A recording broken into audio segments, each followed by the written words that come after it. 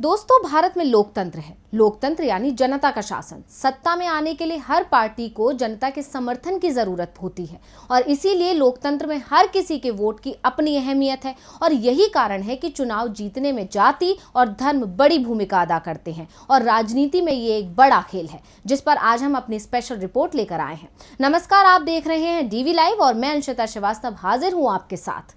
दोस्तों, उत्तर प्रदेश में जब भी बात चुनाव की होती है तो सबसे पहला सवाल यही किया जाता है कि किस पार्टी को किस जाति का समर्थन मिल रहा है, क्योंकि उत्तर प्रदेश में जातिगत समीकरणों को साधे बिना जीत हासिल नहीं हो सकती। जाति के नाम पर प्रदेश में कई पार्टियां फली फूली और प्रदेश की सत्ता तक पहुंची। उत्तर प्रदेश के इस समीकरण को जिसने समझ लिया, समझो उसकी जीत पक्की, और जो इसमें फेल हुआ वो सत्ता से भी दूर हो गया। यही कारण है कि 2022 में होने वाले उत्तर प्रदेश विधानसभा के चुनाव की घोषणा होने से पहले ही नए जातीय समीकरणों को बिठाने की शुरुआत हो चुकी है। प्रदेश में 19% जनसंख्या मुसलमानों की है और यह माना जाता है कि यूपी में मुसलमान उसी पार्टी के साथ जाएगा जो बीजेपी से मुकाबले में होगी।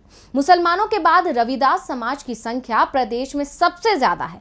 प्रदेश में 21% दलित आबादी में से करीब 12% आबादी रविदास समाज की है और इस वोट पर बीएसपी की मजबूत पकड़ मानी जाती है। और इसके बाद नंबर आता है ब्राह्मण समाज का, जिसके वोट बैंक पर सभी पार्टियों की नजरें टिक गई हैं, क्योंकि यूपी में जिस पार्टी को ब्राह्मणों का समर्थन मिल गया उसकी राह आसान हो जाती है। तो अब बीजेपी बीएसपी तो पहले ही इस रेस में थे, लेकिन इस बार इस रेस में एसपी और एआईएमआईएम भी लग गई है। तो आज हम इसी मुद्दे पर चर्चा करेंगे कि आखिर उत्तर प्रदेश में ब्राह्मण समुदाय के पीछे क्यों पड़ी हैं सभी पार्टियां, क्यों है इसका इतना दबदबा, और उससे भी बड़ा सवाल है कि इतना दबदबा होने के बावजूद किसी भी पार्टी में ब्राह्मणों को उच्च पद क्यों नहीं दिया जाता। लेकिन उससे पहले जान लेते हैं कि 2022 यूपी विधानसभा चुनावों में क्या है ब्राह्मणों को लुभाने के लिए पार्टियों की रणनीति। 2019 की लोकसभा हार से मिली सीख ने ही अखिलेश यादव और मायावती को ब्राह्मण वोट के महत्व का एहसास कराया।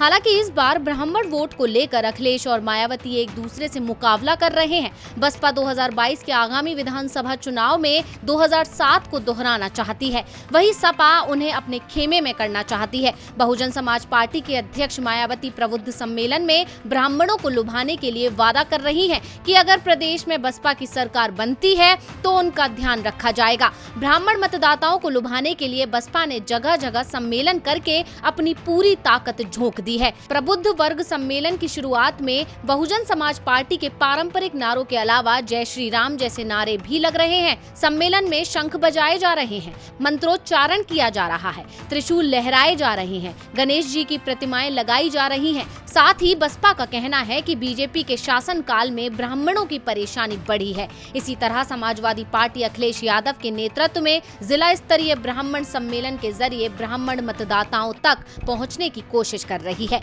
अखिलेश पार्टी के 5 बड़े ब्राह्मण नेताओं से मिलकर चुनाव की रणनीति पर मंथन करते नजर आए। उत्तर प्रदेश की राजनीति को करीब से जानने वाले कहते हैं कि पहले ओबीसी, दलित और मुस्लिम वोट बैंक पर पार्टियों की नजर ज्यादा हुआ करती थी, लेकिन ऐसा लग रहा है कि 2022 के चुनाव के केंद्र में ब्राह्मण रहने वाले हैं। भारतीय जनता पार्टी ने भी प्रबुद्ध वर्ग सम्मेलन के बहाने ब्राह्मणों को साधने की शुरुआत की है। साल 2017 के चुनाव में ब्राह्मणों ने बड़ी संख्या में भारतीय जनता पार्टी के पक्ष में मतदान किया था, लेकिन सरकार बनने के बाद से ही ब्राह्मणों के उत्पीड़न के आरोप लगने लगे। उत्तर प्रदेश में विधानसभा चुनाव से पहले ब्राह्मणों की सियासत तेज हो गई है। बसपा हो या सपा या फिर बीजेपी, हर किसी की नजरें ब्राह्मण वोटों पर है। अब उत्तर प्रदेश की पार्टियां ब्राह्मणों की अहमियत को समझती हैं, ये बात तो आम है, लेकिन हैरानी की बात यह है कि इस बार के विधानसभा चुनाव में ऑल इंडिया मजलिस इत्तेहादुल मुस्लिमीन यानी एआईएमआईएम भी ब्राह्मण कार्ड खेल रही है। यहाँ तक कि उन्होंने तो ब्राह्मण और मुस्लिम की दोस्ती की एक कहानी तक जनता को सुना डाली। चलिए बताते हैं। अयोध्या के रुदौली में पहुंचे एआईएमआईएम के चीफ असदुद्दीन ओवैसी ने भी ब्राह्मण कार्ड चला है। ओवैसी ने पोस्टर में फैजाबाद शब्द को लेकर हुए विवाद पर कहा कि अयोध्या भी भारत में है, फैजाबाद भी भारत में है। फैजाबाद नाम से सरकार को जलन क्यों है? यहाँ तो अशफाक उल्लाह खान ने अपनी जिंदगी देश के नाम की थी। अशफाक उल्लाह खान और पंडित राम प्रसाद बिस्मिल की दोस्ती कैसी थी समझिए। मंदिर को निशाना बनाने के लिए आए लोगों के सामने अशफाक उल्लाह खड़े हो गए। ब्राह्मणों की सियासत की कड़ी में ओवैसी ने अशफाक उल्लाह खान और राम प्रसाद बिस्मिल की दोस्ती का जिक्र करते हुए बिस्मिल के नाम से पहले पंडित शब्द पर ज्यादा जोर दिया।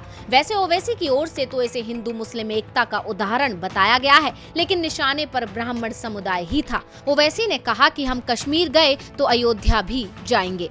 सपा, बसपा, बीजेपी, एआईएमआईएम सभी पार्टियों के लिए ब्राह्मण वोट बेहद जरूरी है, क्योंकि ब्राह्मण वोट जिस तरफ जाएगा उस पार्टी के सत्ता में आने की संभावनाएं ज्यादा बढ़ जाती हैं। और यही कारण है कि हर कोई इस समुदाय को अपने पाले में लाने की कोशिश करता है, लेकिन कोई भी पार्टी इस समुदाय को ज्यादा समय तक अपने पाले में नहीं रख पाती, जिसकी मुख्य वजह है पार्टी पहले वोट के लिए वादे तो कर देती है और बाद में उन वादों को पूरा नहीं करती। और इसीलिए अब सभी पार्टियां ब्राह्मणों के साथ अन्याय होने की बात कहकर एक दूसरे पर दोषारोपण कर रही हैं। उत्तर प्रदेश में क्या रहा है ब्राह्मण वोटों का इतिहास, डालते हैं इस पर एक नजर।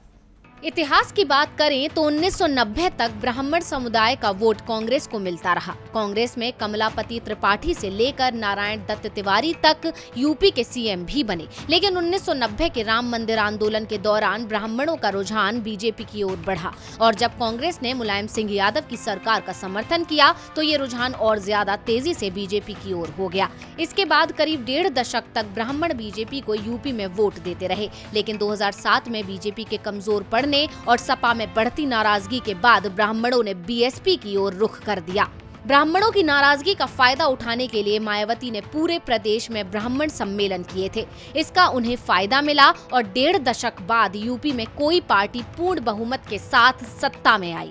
लेकिन मायावती से भी जल्दी ही ये समुदाय नाराज हो गया, क्योंकि बीएसपी के सत्ता में आने के बाद मायावती ने ब्राह्मण समुदाय से किए वादों को पूरा नहीं किया, तो बीएसपी को हराने के लिए इस समुदाय का एक हिस्सा 2012 में सपा के साथ चला गया, जिसका फायदा समाजवादी पार्टी को और सपा भी पूर्ण बहुमत की सरकार बनाने में कामयाब हो गई। लेकिन 2014 के लोकसभा चुनावों में ब्राह्मणों का झुकाव एक बार फिर बीजेपी की ओर हो गया।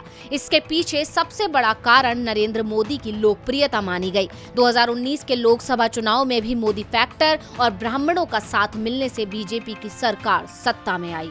यूपी की राजनीति में ब्राह्मणों का वर्चस्व रहा है। आजादी के बाद से 1979 तक 6 ब्राह्मण मुख्यमंत्री बने। हालांकि 1990 में मंडल आंदोलन के बाद यूपी को कोई ब्राह्मण मुख्यमंत्री नहीं मिला। इसकी सबसे बड़ी वजह यह रही कि यूपी की सियासत पिछड़े, मुस्लिम और दलित पर केंद्रित हो गई। लेकिन 2007 में मायावती ने फिर से ब्राह्मणों पर केंद्रित राजनीति की और इसके बाद सभी दलों ने ब्राह्मणों को रिझाने की कोशिश शुरू की। तो अब तक किस पार्टी में कितने रह चुके हैं ब्राह्मण विधायक, चलिए बताते हैं। उत्तर प्रदेश के इतिहास पर नजर डालें तो यहां अब तक बने 19 मुख्यमंत्रियों में से सबसे अधिक 6 मुख्यमंत्री ब्राह्मण जाति से ही आए और ये सभी कांग्रेस के थे। इसके बाद 4 ठाकुर, 4 पिछड़े, 3 वैश्य, 1 कायस्थ और 1 दलित मुख्यमंत्री बना।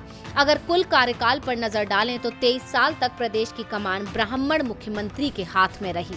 पिछले कुछ विधानसभा चुनावों में ब्राह्मण कार्ड और उम्मीदवारों के जीत के ट्रैक रिकॉर्ड को खंगालें तो बीजेपी के 1993 में 17 विधायक, 1996 के चुनाव में 14, 2002 में 8 विधायक, 2007 में 3 और 2012 में 6 ब्राह्मण विधायक जीतकर विधानसभा पहुंचे। 2017 में भी करीब 44 विधायक ब्राह्मण जाति से चुनकर विधानसभा पहुंचे। सपा की बात करें तो 1993 में 2 विधायक, 1996 में 3, 2002 में 10 विधायक, 2007 में 11 और 2012 में 21 ब्राह्मण चेहरे जीतकर विधानसभा पहुंचे। 2017 में भी सपा ने 10% ब्राह्मणों को टिकट दिया था। कांग्रेस के 1993 में 5 विधायक, 1996 में 4, 2002 में 1, 2007 में 2 और 2012 में 3 ब्राह्मण विधायक जीतकर विधानसभा पहुंचे थे, जबकि 2017 में कांग्रेस ने 15% ब्राह्मण उम्मीदवारों को टिकट दिया था। बीएसपी से 1993 में एक भी विधायक ब्राह्मण जाति से नहीं था, लेकिन 1996 में 2, 2002 में 4 विधायक, फिर 2007 के चुनाव में बीएसपी ने अपने सियासी फॉर्मूले में ब्राह्मणों को ऐसा फिट किया जिसकी बदौलत उसके 41 विधायक चुनकर आए और 206 सीटों के साथ बीएसपी पूर्ण बहुमत के साथ सत्ता पर काबिज हुई। 1990 के आंदोलन के दौरान ब्राह्मणों ने कांग्रेस का हाथ छोड़ बीजेपी का दामन थामा, जिससे पार्टी सीधे 221 सीट जीत लेकर सूबे की सत्ता पर काबिज हो गई थी। वहीं 2014 के लोकसभा चुनाव में मोदी फैक्टर और ब्राह्मणों का साथ मिलने से एनडीए को लोकसभा की प्रदेश से 73 सीट हासिल की थी। तो इस हिसाब से ये कहना बिल्कुल गलत नहीं होगा कि ब्राह्मण वोटर उत्तर प्रदेश में वोट के हिसाब से एक खास हैसियत रखते हैं और ये जिस तरफ भी मुड़ जाते हैं उस पार्टी की सियासी नैया पार लग जाती है। यही वजह है कि 2022 के सियासी रण में कोई भी दल इनकी नाराजगी का जोखिम नहीं उठाना चाहता और सभी अपनी अपनी तरह से ब्राह्मणों को रिझाने की कोशिश में लगे हुए हैं। दरअसल ये होड़ तो पिछले साल ही शुरू हो गई थी। सपा ने लखनऊ में 108 फीट की परशुराम की प्रतिमा लगाने का वादा किया तो जवाब में मायावती ने कहा कि जब प्रदेश में बीएसपी की सरकार आएगी तो ब्राह्मणों के देवता परशुराम की सबसे बड़ी मूर्ति बनवाएगी। यही नहीं, पार्क और अस्पताल के नाम भी परशुराम के नाम पर करने का ऐलान किया था। आखिर इतना क्यों महत्व रखता है ब्राह्मण समुदाय, चलिए बताते हैं आपको। यूपी में ब्राह्मण वोट को इग्नोर नहीं किया जा सकता क्योंकि इन्हें दरकिनार करके कोई भी पार्टी सरकार नहीं बना सकती। सभी दलों के लिए ये सत्ता की चाबी से कम नहीं है। यूपी के जातीय समीकरण की बात की जाए तो करीब 9% ब्राह्मण हैं और करीब 1 दर्जन जिलों में इनकी आबादी 20% से ज्यादा है। वाराणसी, चंदौली, महाराजगंज, गोरखपुर, देवरिया, जौनपुर, बस्ती, संत कबीर नगर, अमेठी, बलरामपुर, कानपुर, प्रयागराज में ब्राह्मण मतदाता 15% से ज्यादा हैं। यहाँ किसी भी उम्मीदवार की हार या जीत में ब्राह्मण वोटर्स का रोल अहम होता है और अब जैसे जैसे चुनाव नजदीक आ रहा है तो सियासी दलों ने अपने फॉर्मूले पर काम करना शुरू कर दिया है। साफ है कि इस बार भी सारे दल ब्राह्मणों को अपने पाले में करने की जुगत भिड़ाएंगे। ऐसे में किस दल के सफल होने की संभावनाएं सबसे ज्यादा हैं? मायावती ब्राह्मण सम्मेलन कर रही हैं, बीजेपी जितिन प्रसाद को लेकर आई है और दावा किया जा रहा है कि जल्द ही उन्हें बड़ी जिम्मेदारी भी मिलने वाली है। सपा परशुराम की मूर्ति स्थापित कर रही है। कांग्रेस भी ब्राह्मण नेताओं को जिम्मेदारी देकर उन्हें साथ लाना चाहती है। ये तो साफ हो गया कि हर पार्टी ब्राह्मण वोट को अपनी तरफ आकर्षित करने के लिए हर संभव कोशिश में लगी हुई है, लेकिन ब्राह्मण किस ओर जाएगा ये पता लगाना थोड़ा मुश्किल है। लेकिन ब्राह्मण समुदाय इस वक्त बीजेपी से तो बहुत ज्यादा खफा नजर आ रहा है, जिसको देखते हुए ये कहा जा सकता है कि अगर बीजेपी ने इस समुदाय की नाराजगी को दूर नहीं किया तो उनके लिए मुश्किलें पैदा हो सकती हैं, क्योंकि बसपा बीजेपी से ब्राह्मणों की नाराजगी का फायदा उठाने की फिराक में है। तो आखिर बीजेपी से क्यों नाराज है ब्राह्मण समुदाय, चलिए बताते हैं आपको। ब्राह्मणों ने जिस भी पार्टी का समर्थन किया वो मजबूत हुई, लेकिन ब्राह्मणों को सिर्फ वोट के लिए इस्तेमाल किया जाता रहा, जिससे ब्राह्मण समुदाय के लोग अक्सर नाराज होकर एक पार्टी का साथ छोड़ दूसरी में जाते रहते हैं। उसी तरह विपक्ष ने ब्राह्मणों को लेकर बीजेपी सरकार के खिलाफ माहौल बनाना शुरू कर दिया है।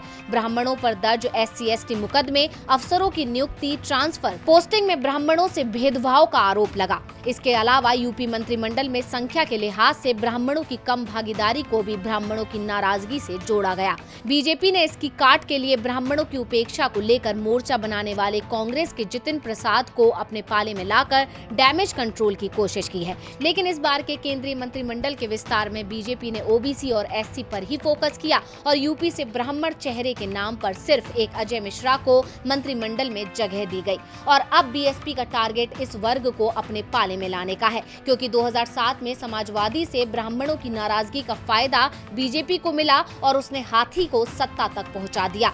तो बसपा को लगता है कि 2007 वाला एजेंडा इस बार भी बसपा को कुर्सी तक पहुंचा देगा। इसके अलावा कांग्रेस के आचार्य प्रमोद कृष्णम ने यूपी में ब्राह्मणों पर अत्याचार का आरोप लगाकर 2022 में ब्राह्मण मुख्यमंत्री की मांग भी उठा दी और JDU के KC त्यागी ने भी परशुराम पर सुर में सुर मिलाए हैं। अब सभी पार्टियां ब्राह्मण समुदाय के पीछे भाग रही हैं, लेकिन ब्राह्मण समुदाय को लुभाने में कौन सी पार्टी सफल होगी इस पर अभी सभी की नजर टिकी हुई है और ब्राह्मण अपना विश्वास किस पार्टी पर जताएगा ये तो 2022 में होने वाले चुनावों का परिणाम बताएगा। लेकिन हाल की स्थिति को देखते हुए लगता है कि बीजेपी के लिए ये राह थोड़ी कठिन हो सकती है, क्योंकि मंदिर के नाम पर चुनाव लड़ने वाली बीजेपी के पास अब कोई मुद्दा नहीं बचा है जिससे वो ब्राह्मणों को लुभा पाए। कुछ लोगों का तो यहाँ तक कहना है कि हो सकता है बीजेपी इस बार भगवान राम के चेहरे पर ही चुनाव लड़े। इसी के साथ मुझे दीजिए इजाजत, फिर हाजिर होंगे एक और स्पेशल रिपोर्ट के साथ। नमस्कार।